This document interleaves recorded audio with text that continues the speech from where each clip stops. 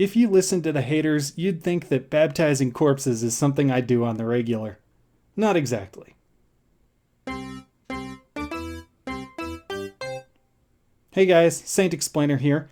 On this channel I explain things about the Church of Jesus Christ of Latter-day Saints in conveniently pixelated bite-sized chunks. And today I'm continuing my Doctrinal Basics series by talking about baptism and some other stuff for the dead.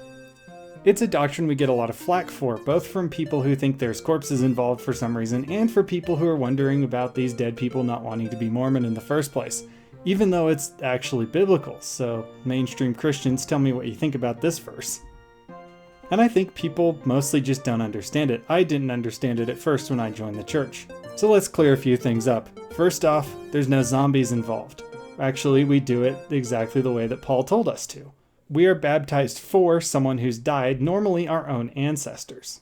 The way this works is that you go to the temple and get baptized. And we believe that the spirits of the deceased are both aware and capable of making decisions in the afterlife, including the decision whether to accept or reject the ordinance.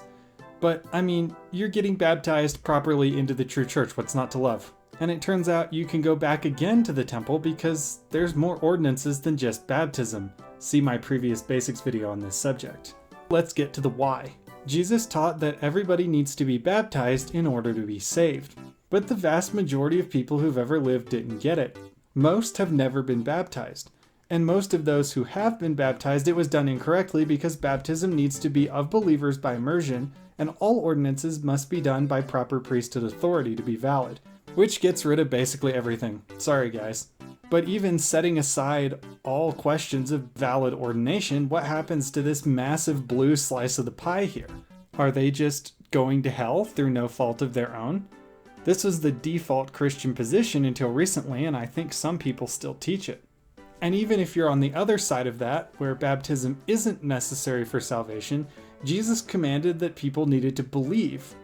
And yet the slice of the pie of people who never even heard of Jesus and therefore were unbelievers through no fault of their own is still the vast majority of humans who've ever lived. Are they going to hell? That's what some Christians say, and sometimes they appeal to concepts of election and predestination to justify this.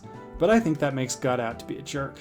And other Christians teach that they go to heaven, but because hell and damnation don't actually exist really.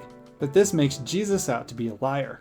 Another position is that God will judge them fairly regardless of the opportunities they had, which is something that I agree with, almost, because I still think the doing of the physical actions of baptism and other ordinances matters. You've got to do it. So I'd say instead that God will provide all the opportunities to everyone, in this life or the next. And the beautiful doctrine of temple ordinances for the deceased is one way that God carries this work forward.